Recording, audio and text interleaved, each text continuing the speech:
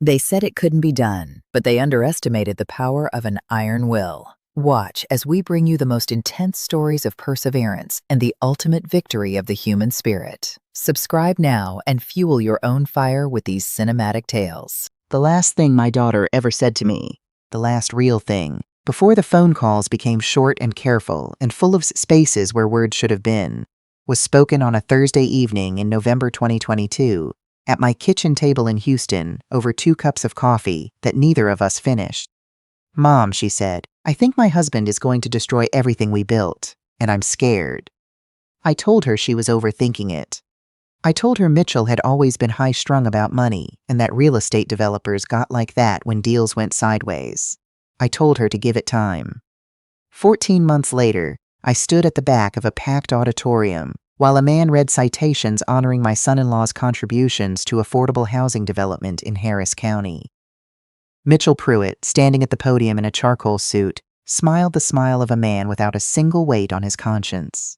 My daughter Cassandra had been in the ground for 13 of those 14 months, and I had spent all of them believing what the police report said, that she had taken her own life. I was wrong, I know that now. My name is Henrietta Coleman. I am 64 years old. I spent 28 years as a forensic accountant with the IRS Criminal Investigation Division, building cases against people who thought they were too clever to get caught.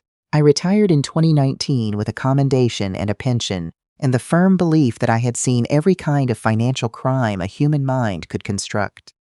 I had never imagined one would take my daughter from me. Let me tell you who Cassandra was before I tell you what happened to her.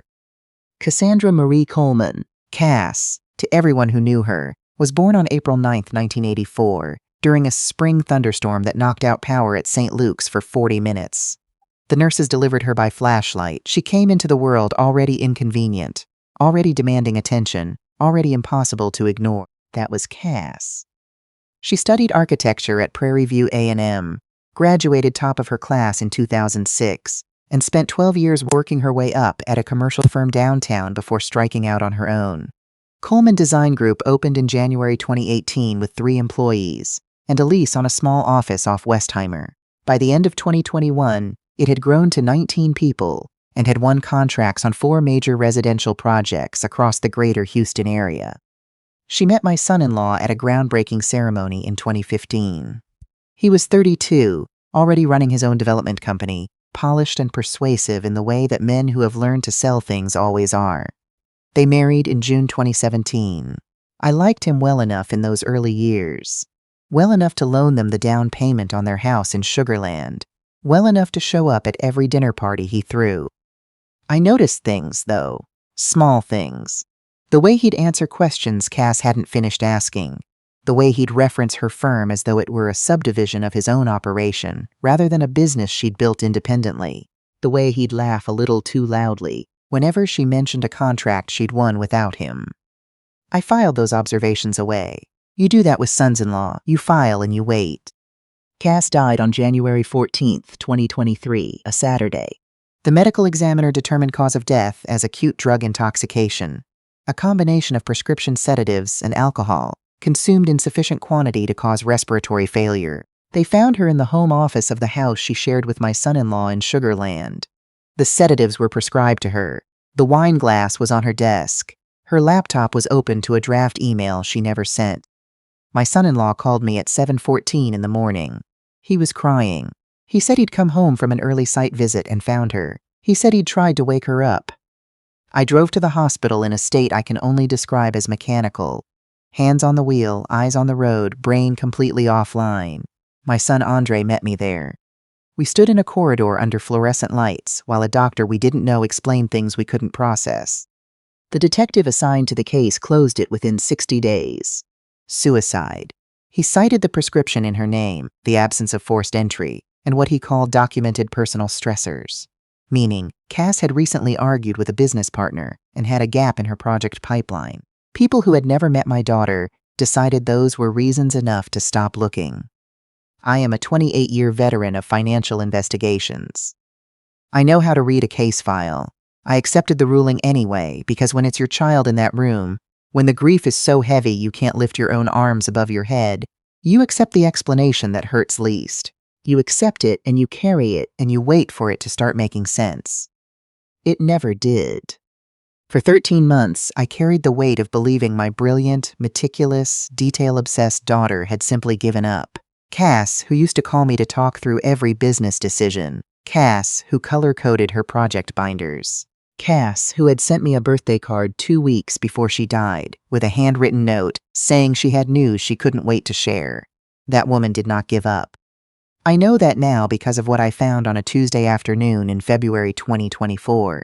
In the home office of her house in Sugarland, which my son-in-law had finally agreed to list for sale.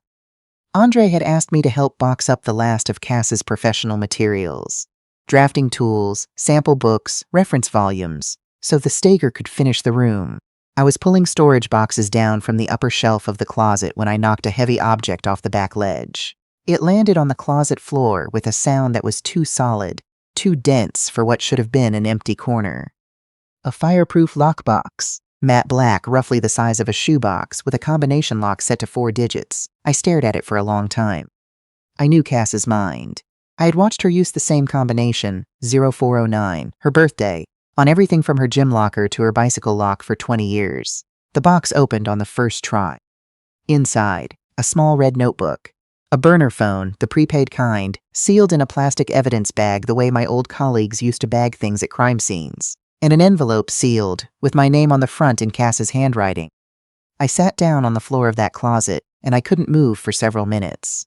My hands were shaking so badly, I had to press them flat against my knees before I could open the envelope.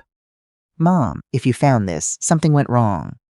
I've been documenting financial irregularities in Mitchell's development projects since September 2022. What I found goes well beyond irregular.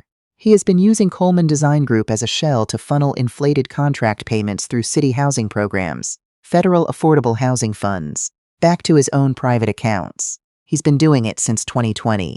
The total I've confirmed is over $1.4 million. There may be more. I confronted him on November 3rd. He denied it, then threatened me. He said if I went to investigators, he would tell them I was the architect of the scheme, that I had signed off on every fraudulent invoice, that the firm's records would show me as the decision-maker. He said he had a lawyer who could make it stick. I gave him 2 weeks to self-report and exit the company. That was 3 weeks ago, and nothing has happened. I'm going to the FBI field office on Monday, January 16th. I've made copies of everything. The notebook has all of it. Dates, transaction numbers, the name of the city housing official he bribed. I love you. I love Andre. Whatever happens, please know I wasn't afraid. I was just trying to do what's right. Your Cass. I sat on that closet floor and read the letter twice, then a third time. Then I opened the notebook. Cassandra had always been methodical. That was the IRS agent in me coming through in her. 20 years of watching me document and cross-reference and verify before ever making a move. The notebook was 41 pages of exactly that. Transaction records, invoice numbers, payment dates, the names of contractors who had been paid twice for work performed once. A separate section detailed the city official, a deputy director in the Affordable Housing Office named Birch, who had approved the fraudulent grants in exchange for payments routed through a third company my son-in-law controlled. Total documented amount $1.47 million in federal housing funds. My daughter was dead, and her husband was standing at podiums receiving citations for his contributions to affordable housing. I am a trained investigator. I know better than to walk into a confrontation without a plan. But that night I drove to my son-in-law's apartment. He'd moved to a midtown high-rise after listing the house, and I knocked on his door at 8:30 p.m. I need to tell you I did that, because what came after required me to acknowledge the mistake, and I cannot tell this story honestly without it. He opened the door in workout clothes, surprised. His expression went careful the moment he saw my face. I walked past him into the apartment. I put Cass's letter and the notebook on his kitchen island. He looked at both of them. He didn't touch them. He said very quietly, "Where did you find that?" It wasn't a question.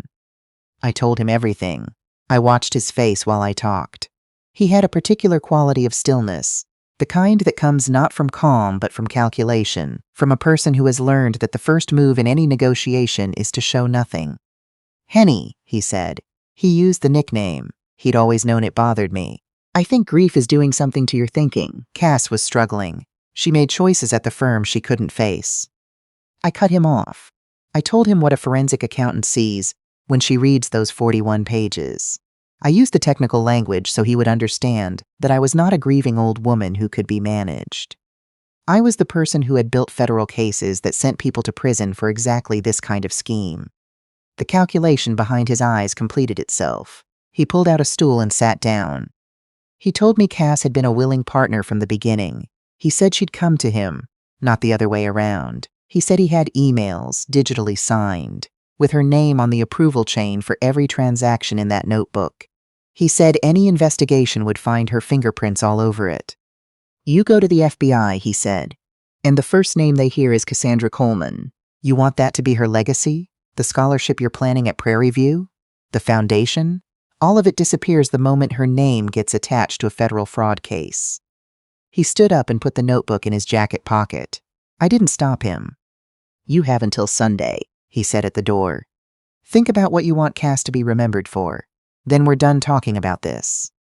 I drove home and sat in my driveway for 25 minutes. My hands had stopped shaking. I was past shaking. I was in the place I used to go in the hardest investigations. Quiet, cold, and very, very focused. My son-in-law had made the same mistake men like him always make. He'd assessed my grief and decided it made me weak. He'd looked at a 64-year-old woman who'd just lost her child and assumed the shape of that loss was the whole story. He didn't know what the rest of the story was.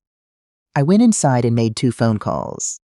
The first was to Frederick Hollins, 61, retired special agent with the FBI's Financial Crimes Unit, who had worked alongside me on 2 of the largest housing fraud prosecutions in Texas history between 2012 and 2016. He'd retired to the hill country and raised goats, which I had always found improbable. He answered on the second ring. I told him everything. He was quiet for a long time. Then he said, "You have the notebook." I told him my son-in-law had taken it. I told him about the burner phone still in my possession and the copies Cass had made. Copies I hadn't found yet but knew existed, because Cass would never have kept originals without backups. She had watched me work too many years to make that mistake. Frederick said, "Then we have enough to open a door. But Henny, if he's as prepared as you're describing, he's going to move fast. He's going to try to neutralize you before you can do anything with what you have." I said, "I know. That's why I'm making the second call." Dr. Genevieve Park, 53, chief of cardiology at Houston Methodist, had been my doctor since 2017 and my friend since the night in 2020 when I sat with her in a hospital corridor while her mother was in surgery, and we talked for 3 hours about everything that wasn't the surgery. Genevieve had said once that she owed me something she could never fully repay. I was about to let her try. When I explained what I needed, she went silent for a full 10 seconds. Then, "Henrietta, what you're describing is a serious medical simulation." I said, "I know what it is." She said, "If you're wrong about the dosage, about the monitoring." I said, "I won't be wrong because you'll be there the entire time." Another silence. For a woman your age, with your cardiac history, a simulated episode carries real risk. I said, "My daughter went to her home office on a Friday night, believing she was going to the FBI on Monday morning. She never got there. I am not interested in safe options." Genevieve said she would meet me at her office Saturday morning. The next 3 days I performed. I did exactly what my son-in-law expected. I looked frightened and indecisive. I withdrew $8,000 from my savings account in cash and told the bank manager I didn't want to explain why. I drove past my son-in-law's apartment building twice in my own car, slowly enough that the lobby cameras would register my plates. I called Andre and told him I was worried about my health and asked him to come check on me Sunday. I said it in a voice that sounded the way grief sounds when it's curdling into something worse. I was building a picture, a woman unraveling, a woman who might do something desperate. My son-in-law needed to believe I was spiraling, not strategizing. Saturday morning, Genevieve's office. She had the medication drawn, the monitoring equipment arranged, and her hands were steadier than I expected. The steadiness of someone who has made a decision they can't undo and has chosen competence over doubt. "Once I administer this," she said, "your heart rate will drop to a range that reads as critical cardiac event on a standard paramedic assessment. You will lose consciousness for 4 to 6 hours. I will be in the ambulance. I will be in the room. If anything goes wrong, I will reverse it immediately. She looked at me. This is the most dangerous thing I have ever agreed to do. I said, I know. Thank you. The medication was cold going in. Then came the chest pressure. Heavy and specific, exactly the way a real cardiac event feels. And I know because I had a minor one in 2019, which is how Genevieve became my doctor in the first place. I picked up my phone and called 911. I told the dispatcher I had chest pain. I couldn't breathe. I needed help. I gave my address. My voice required no performance. Then the world got quiet and small and went away. Frederick told me afterward what happened while I was under. My son-in-law received a call from Andre at 11:47 that morning. Andre told him I'd been taken by ambulance to Houston Methodist following a cardiac event. Genevieve, who had arranged to be my attending physician, informed the family it was serious, that I was stable, but that the next 24 hours were critical, and I needed absolute quiet and no visitors. My son-in-law arrived at the hospital at 1:15 p.m. He asked to see me. Genevieve told him I was sedated. He asked about my prognosis. She said the words people say in those situations. Then she watched him leave. He was in the parking garage when he made his first call. Frederick had been authorized, through channels I won't detail here, to monitor my son-in-law's communications by that point. We had enough from the burner phone and from Cass's backup files, which I had found in a cloud storage account she'd linked to the prepaid phone, password protected with my birthday, to establish probable cause. The rest was my son-in-law doing exactly what guilty men do when they believe their last obstacle has been removed. He called the city official, the deputy director named Birch. He said, "The old woman had a heart attack. We're clear." He said they needed to restructure 2 remaining grant applications before anyone else started looking. He mentioned specific project numbers, specific amounts. He said Cass had left documents somewhere, and he'd taken the notebook, but wasn't sure what else existed. And now that she was out of the picture, meaning me, not Cass, which tells you everything about how he thought of both of us, they could finish what they'd started. The call lasted 11 minutes. Frederick recorded every word. I woke up at approximately 4:30 in the afternoon in a private room at Houston Methodist. Genevieve was checking my pulse. Frederick was standing in the corner, and his expression was the expression of a man who has just watched the last piece of a 20-year puzzle click into position. He talked for 11 minutes, Henny, Frederick said, named the accounts, named Birch, referenced 3 projects by their federal grant numbers. His own attorney cannot undo that recording. Genevieve told me I was staying overnight regardless of what I thought about that. I stayed. 6 days later, federal agents arrested my son-in-law at his Midtown apartment on charges including wire fraud, federal housing fund embezzlement, and bribery of a public official. Birch was arrested simultaneously at his city office. The FBI's press statement described the scheme as one of the largest fraudulent diversions of affordable housing funds in Harris County history. My son-in-law's attorney, and he had a good one, the expensive kind, tried to put Cassandra's name in the frame. He had those digitally signed emails, the ones Mitchell had mentioned to me, the ones that showed Cass's authorization on every fraudulent transaction. The FBI's forensic technology team determined that every one of those digital signatures had been generated using a macro tool on my son-in-law's own work laptop 3 weeks after Cassandra's death. He had forged her authorization on documents she had never seen. When the prosecutor presented that finding, I watched my son-in-law's face from the gallery. I watched the moment when he understood that the cleanup he'd spent 14 months executing had never been as clean as he believed. Cassandra had documented everything, every fraudulent transaction, every payment, every instruction my son-in-law had sent her about how to process the invoices. Back when he still believed she was going along with the scheme instead of building a case against it. She had documented it in that red notebook and on that burner phone in language precise enough to make a federal prosecutor's work significantly easier. My daughter had spent 20 years watching me build cases. She knew exactly what evidence looked like. She just never got the chance to deliver it herself, so I delivered it for her. The trial lasted 3 weeks. I testified for just under 5 hours. The prosecutor, a woman named Adara Mensah, who had worked with Frederick's old unit and understood what a clean forensic trail looked like, walked the jury through Cassandra's documentation line by line. Guilty on all counts. 18 years in federal prison. Birch took a plea, received 8 years, and cooperated fully.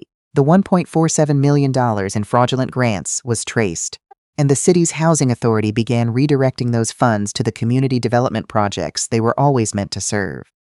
At sentencing, my son-in-law addressed the court. He said Cass had known what she was getting into. He said it twice. He looked directly at me when he said it. Andre was sitting beside me. He didn't react. He had his grandmother's stillness, my mother's stillness, the kind that lives in people who have learned that some moments require silence rather than noise. I put my hand on his arm and kept it there until it was over. The city of Houston issued a formal statement acknowledging that Coleman Design Group had been used without Cassandra's knowledge or consent as an instrument of fraud. Her professional licenses and firm records were formally cleared. The Houston chapter of the American Institute of Architects held a ceremony in her honor in October 2024. They named their annual award for young architects demonstrating professional integrity after her, the Cassandra Coleman Award for Ethical Practice. The first recipient was a 26-year-old woman from Galveston who had reported bid manipulation at her own firm and lost her job for doing so. Cass would have loved that. The impracticality of it. The stubborn insistence on doing the right thing even when it cost you. Andre took over leadership of Coleman Design Group. He'd been in technology sales, knew nothing about architecture, and spent the first 4 months learning at a pace that made me exhausted just to watch. He hired back 2 of Cass's original employees, the ones who had quietly left after her death. He kept the firm's name. He said it wasn't a monument, it was a continuation. I believe he was right. I started a nonprofit in January 2025, the Coleman Foundation for Financial Literacy and Fraud Prevention. We provide free forensic accounting consultations to small business owners, particularly women-owned businesses, particularly in communities where the kind of financial exploitation Cass experienced tends to go unreported because the victims don't have the vocabulary to describe what's happening to them. Frederick sits on the advisory board. Genevieve hosted our first fundraiser and raised enough to fund 18 months of operations. 14 clients in our first 3 months. Every one of them had been financially exploited by someone they trusted, a business partner, a contractor, in 2 cases, a spouse.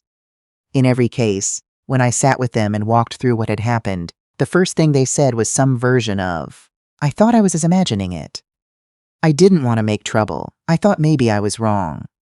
I understand that. I understand what it costs to doubt yourself when someone with more confidence and more resources tells you that you don't understand what you're seeing. I understand it because I nearly let that doubt take me too. Even me, with 28 years building exactly these cases. Even me, sitting in a police station, reading a closure report that didn't fit the daughter I knew. The difference was a lockbox in a closet, 41 pages of careful handwriting, and my daughter trusting that if something happened to her, I would find it. She was right about that. I go to the cemetery on the 9th of every month, her birthday date. I bring the same flowers each time, birds of paradise, which she used to quietly take from the lobby arrangements at her firm because she said they were the most architecturally honest flower there was, which was exactly the kind of thing Cass said. I sit on the bench near her headstone and I tell her what I've been doing.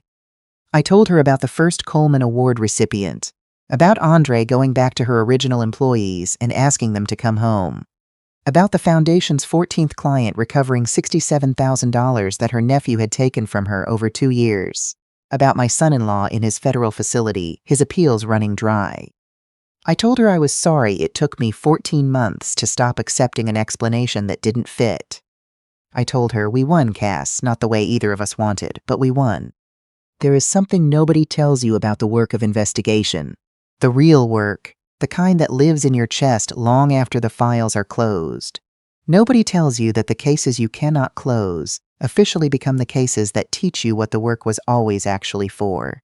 I spent 28 years believing I was protecting federal revenue. What I was really doing was practicing for the day I would need to protect my own family. Age did not slow me down. Age made me patient. It made me understand that the person who controls the timeline controls the outcome. My son-in-law thought he could outpace me because I was 64 years old and grieving and alone. He forgot that 64 years is a very long time to learn how to wait. My name is Henrietta Coleman. My daughter built something honest, and someone tried to use it to do something corrupt. She fought back. She documented everything, hid it carefully, and trusted that if something happened to her, her mother would find it and finish what she started. I did. And if you are listening from wherever you are, if you are sitting with something that doesn't fit, with an explanation you were handed that keeps not quite making sense, with a loss that feels too neat and too convenient and too carefully arranged, I need you to hear this. You are not imagining it. Your instincts are not grief. Your questions are not weakness. The people who benefit from your silence will always tell you that the kindest thing for everyone is to let it go. Don't let it go. If you or someone you know has been affected by financial exploitation, contact the National Elder Fraud Hotline at 1-833-FRAUD-11. If you are experiencing abuse or financial control within your relationship, the National Domestic Violence Hotline is available at 1-800-799-7233. Keep looking, keep asking, keep the records. That is what Cassandra taught me, and I will spend every remaining day I have teaching it to everyone who will listen.